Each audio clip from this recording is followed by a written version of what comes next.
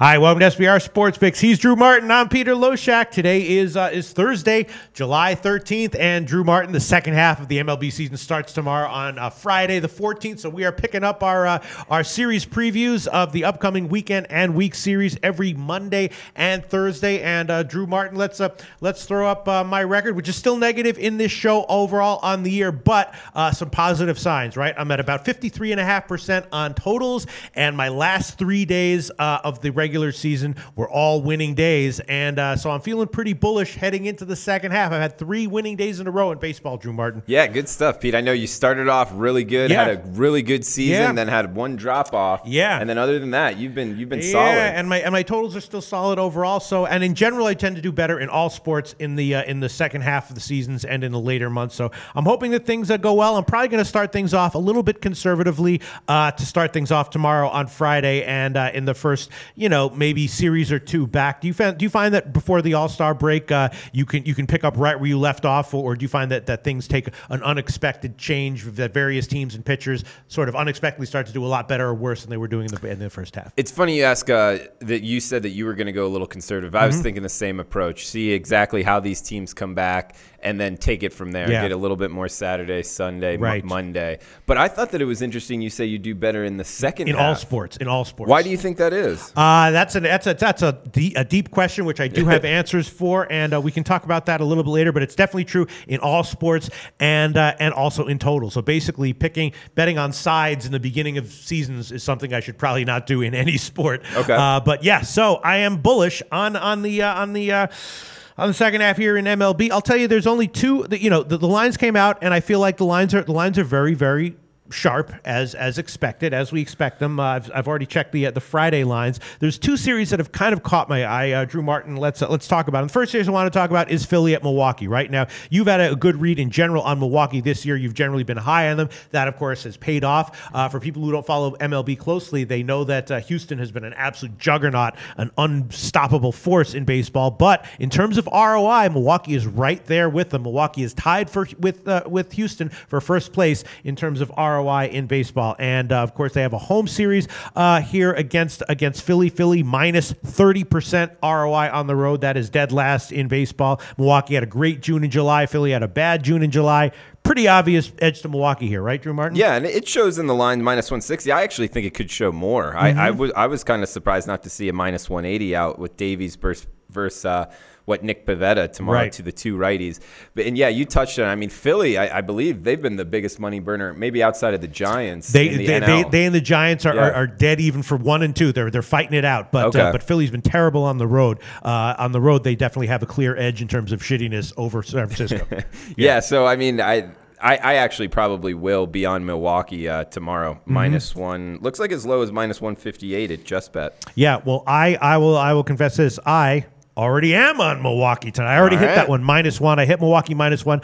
I'm looking over the pitching matchups, and to my eye, the pitching matchups look like a wash every day, Friday, Saturday, and Sunday, which is good because that means you can isolate the lineup edge and the overall team edge that Milwaukee has. Saturday will be a little bit tricky because Nola against Nelson. Now, that's a wash because both are very, very good, especially Nola recently. Yeah, right? Yeah. He might. I guess he could put in 7 innings, 2 earned, something like that, even better against this lineup, but it's not. That doesn't absolutely make sure that the Phillies will win the game. Right. And then on Sunday, it's Hellickson against Garza, another kind of a wash starting pitching matchup. Both guys capable of giving a quality start, but both guys are pretty vulnerable. And again, tomorrow, Davies. I'm not too high on Davies in general, but I'm not too high on Pivetta either, although his last start was excellent. And just in general, I'm seeing a pretty nice edge here for Milwaukee. So I think if you bet Milwaukee every game, they'll win at least 2 out of 3. They might get a sweep, and you'll probably wind up cashing, right? Yeah, and the Garza game on Sunday, I kind of like the over in that one too, but I do like Milwaukee overall in the series. All right, good that you agree with that, Drew Martin. And the second series, I just want to highlight, Drew Martin. Let's see if you have anything about these 2 teams. 2 kind of interesting teams, right?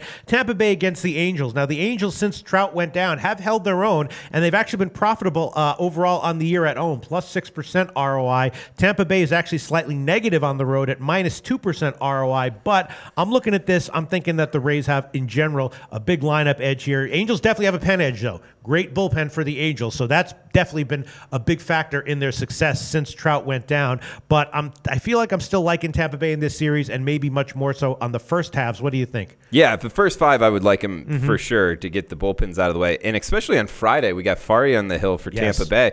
I'm surprised at this line. What, almost a pick 'em right now? Right. It is pick 'em at Heritage right now. So yes. I'm going to be on Tampa Bay shortly after this show, Pete. Yeah, I mean, the only issue here for that game is, okay, there's 2 issues. Basically, Faria, at some point, he's going to come crashing back down to earth. And his last start was a little bit, he had 2 strikeouts, 4 walks in his last start, so maybe that's a sign that the regression is coming. And Nolasco is a guy who's kind of, bitten me a little bit for years. He's a guy who he throws a sinker ball, and so when he's on, he can be very, very good. When he's off, he gets absolutely crushed, and that has absolutely been his pattern, just even looking over his last 4 or 5 starts. His last start was terrible, but before that, he had a couple of great starts, and you never quite exactly know what you're going to get from Nolasco. Yeah, I mean, even from his days with the Marlins, even back then, he's kind of been the same pretty much mediocre pitcher.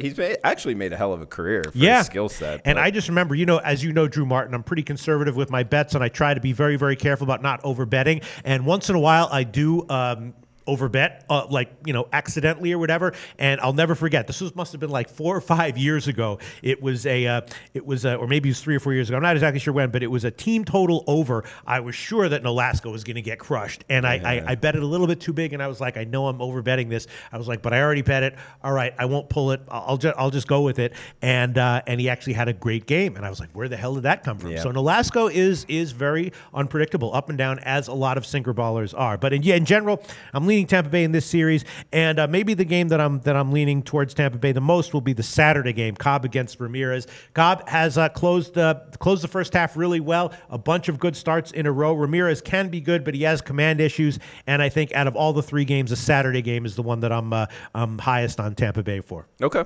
But yeah, again, Faria against Nolasco. I mean, it could easily be that Faria comes in and has, a 7-inning shutout start. Nolasco gets crushed and Tampa Bay wins 10-0. And in retrospect, you're like, oh, that was easy money. But really, before the game starts, I'm telling you, man, Nolasco is just very, very unpredictable. Yeah, man, I don't disagree, Pete. Yeah. All right, those are the only 2 series that I wanted to highlight. Are there any series that caught your eye, Drew Martin? There's a couple pitching matchups, especially tomorrow. We got Toronto-Detroit, Verlander on the hill, commanding a minus 123 price tag versus Sanchez in Toronto. I kind of see Toronto turning the corner here, and especially with Sanchez on the hill. I like the Blue Jays as a dog in that game. What do you think? I actually already bet that one slightly. Okay. Just a very there's actually a bunch of underdogs that I bet on the Friday card. I hope I don't get burned by that, but that was definitely one of them. I agree with you. I'm vaguely looking to fade Verlander. Not an auto fade, nothing close to an auto fade, but in spots. Also, it's nice that if you take Toronto, that Detroit has a terrible bullpen, and that Toronto should have a bullpen edge in general in that one. Right. Also, yeah, I agree with you. And also 969, 970, Minnesota, Houston, Berrios versus Morton. Look at this. Houston already out to touching minus 170 now at some shops. And that's with Berrios on the other side. So you can just see coming into the second half, you're going to be paying a heavy price to bet the Astros. Yeah, and that's interesting because Minnesota was one of the most profitable teams on the road in the first half, and in the first half, Houston, of course, an absolute juggernaut. But did you know this, Drew Martin? You might not know this. You might not be aware of this. Did you know that at home, Houston was actually just even? They were not profitable at home in the first half. Yeah, I don't know if we talked about this in the MLB Network did a special on the backdrop there in Houston, how they changed it. They used to have that area out in center field where they had that kind of ramped up into the wall in an area out there. They did away with that, and what happened was the batter's eye got a lot smaller. So all batters in Houston have not been hitting nearly as well this year, and it's affected Houston as well. And that would be a great explanation for why Houston hasn't been profitable at home, because it seems like that would minimize the huge advantage they have with their lineup, right? Yeah, absolutely. So and I'll tell unders have been hitting too. Yes, I'll tell you what, Drew Martin, I would be loath to take Houston at home as a big favorite as they are on Friday too many times this year. I'm going to be very, very careful about that. So, yes, nice call on that one, Drew Martin. I agree with you. Minnesota may be a sneaky good play there tomorrow on Friday. There's one other game that I want to bring to your attention on Friday, and that's Montgomery against Gossman. Now, this might be a little bit of a stretch here, and in retrospect, I might look stupid, but Gossman and Tillman are two starters for Baltimore who've gotten absolutely crushed. I'm looking for Tillman to continue to get crushed. Gossman, maybe not so much.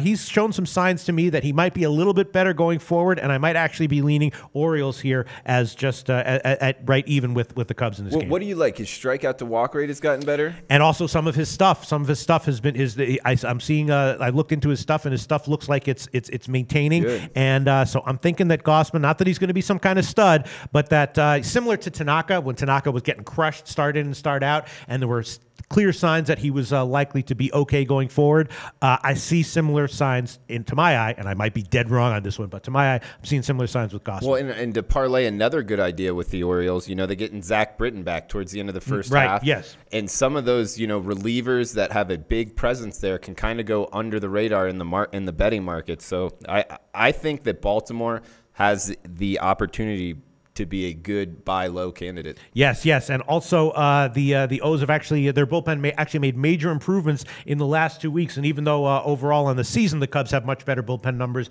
in the last 2 weeks of the first half the Orioles actually have better bullpen numbers. So that's another good point there, Drew Martin. And I might be leaning towards Baltimore tomorrow on Friday. And of course, you can find out if I make that an official pick of mine tomorrow morning at 10:30 Eastern time, where I'll give my official picks. Then one other game I want to ask you about on Friday, Drew Martin. What do you think about this one? It's an interesting series in general, but Arizona at Atlanta, and the pitching matchup is Taijuan Walker against R.A. Dickey. And this is something else that you may be aware of or may not be aware of. R.A. Dickey suddenly pitching quite well. Yeah, he cashed his plus almost 300 dog, right? Yes, and more impressively, like 4 out of his last 5 starts have been sort of reminiscent of the old Dickey when he won the Cy Young Award, getting strikeouts, not giving up runs. What's up with that? Let's think of reasons. What, the humidity in Atlanta, pitching at home?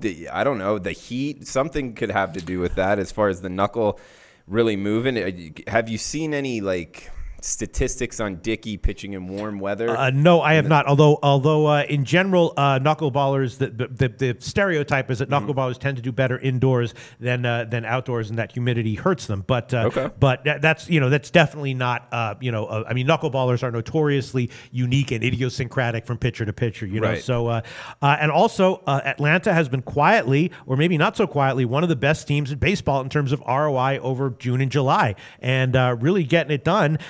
Maybe Atlanta might be a good bet in this series, and maybe even with Dickey against Walker tomorrow. What do you think? Yeah, it's possible. It's kind of mind-blowing to me. I mean, they're sitting here 42 and 45, have been playing well at home and away, pretty much just consistent across the board. It's kind of interesting to see them second in the NL East, and there's no reason to think that they can't finish like that. Especially now with Freeman back. Yeah, for sure. All right, now let's move on to the Saturday pitching assignments. I'm seeing the return of Madison Bumgarner for San Francisco. He had one rehab start where he actually got crushed, and his last rehab start went very well, but it was against high A hitters. So I think that I will trust the reports saying that he's good to go physically. So if that's the case, then I think we can assume that he's going to be at 100% level when he makes his first start at San Diego. What do you expect from Bumgarner? I don't know. The only way I'm betting this is to fade him. I'll tell you that. Really? Yeah. So you're gonna either wait and see, or you're not gonna jump on his first start expecting him to be great. Okay. I think I might pass on that game as well. Just let him get one start under his belt to see what he's really like against me. Who's going for San Diego? Chassin, who is one of those guys who has stark home road splits, great at home, bad on the roads. And he's at home. Yeah. So that might be a tricky game. And the question is, how big of a favorite will San Francisco be? Yeah, I don't know. That's an interesting number. I mean, you say San Francisco is the favorite, but I mean, with those splits and his first time back, I would say they will be the favorite, but I wouldn't say a big favorite. I'll guess they'll open. Let's have a little fun here. You make a prediction, I'll make it. I will guess that the opening line at it depends because Pinnacle opens a little bit. I'll guess the opening line at Pinnacle will be San Francisco minus 145.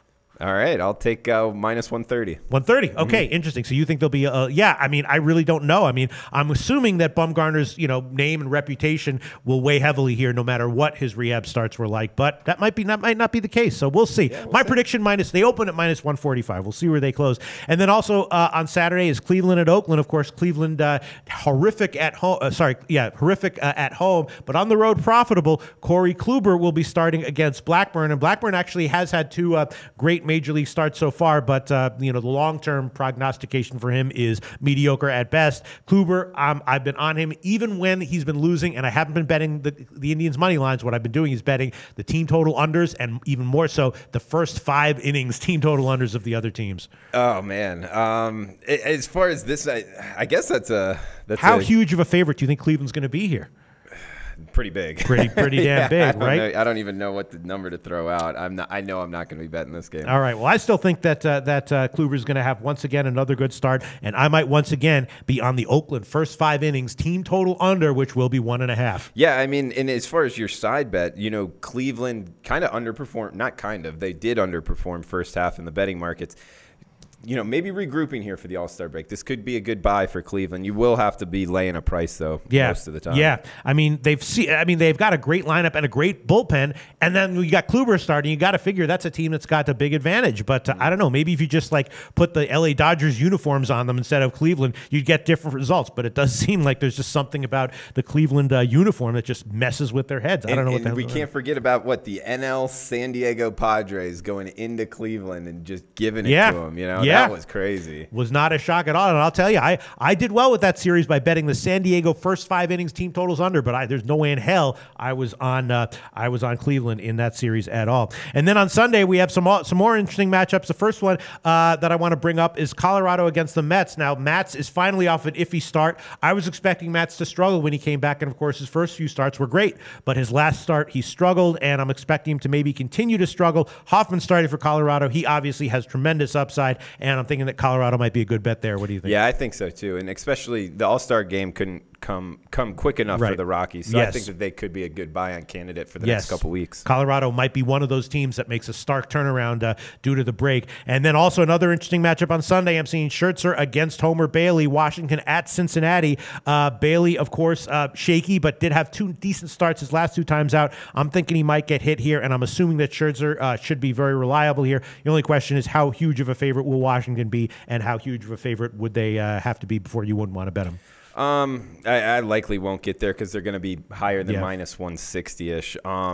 But Scherzer, what do you think about guys starting the All-Star game and then their next time back maybe having a little glitch? Yeah, I mean, again, I haven't. There are some people who say that they want to fade them on their next starts. I actually, this is one area that I should look into statistically that I haven't. It's because it's sort of I feel like it's just sort of something that you can eyeball. But my assumption is that there's nothing, statistically significant about starters who pitched in the All-Star game doing well or poorly in their next start. Yeah. And he only went 1 inning, right? Yeah. Sale went 2. Yeah. He only went 1. If I may be wrong on that, but and I think it depends on this. I mean, pitchers like Kluber and Sale and Scherzer, these are guys who aren't as affected by high pitch counts, and so those are the kinds of guys who I think won't be as affected by, as opposed to some other starting pitchers who I don't know, like someone like Irvin Santana, or someone who, if there's someone who has a pitcher who I have circled as a guy who coming off a high pitch count I'm looking to fade, then I would be more likely to look to fade him off of a that makes sense. But a guy like Scherzer, I mean, that guy, he's one of these guys throwing 115 pitches, 123 pitches, and then he'll be like, maybe he'll be bad in his next start. Another shutout start. And I'll tell you, Pete, I agree. And he's one of those bulldogs out there, man, like yelling at himself and stuff. I wouldn't want to face him. He's kind of a crazy man out there. Absolutely. All right. So, and then the only other game that's interesting on Sunday, Gibson against Fires. How big of a favorite will Houston be? Gibson's been so shaky, it'll be tempting to take Houston. But if you got Houston as a minus 160 favorite against Barrios, then against Gibson, I got to assume they're going to be minus 200, right? I know. Yeah. God, it pisses me off. I want to get with Houston. Me too, I would at minus 160. I hear you. Why does sports betting have to be so damn hard? I know, man. All right, well, that's about it. You have anything else you want to bring up? No, I'm good, okay, Pete. Sounds good. I'm pumped as hell for the second half of the MLB season, and tomorrow on Friday, I'll give my official picks for the first game for the first series of games of the second half. Tune in for that.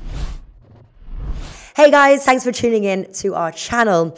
Now, we've put a lot of work into producing all these free videos, so please help us out and keep all our content free for you forever by simply liking, sharing, commenting, and subscribing. Now, not to mention, a visit to our industry-leading website will warm the hearts of all our SBR employees, especially myself. Now, the links are over there to the left, so do check those out. Thanks for watching.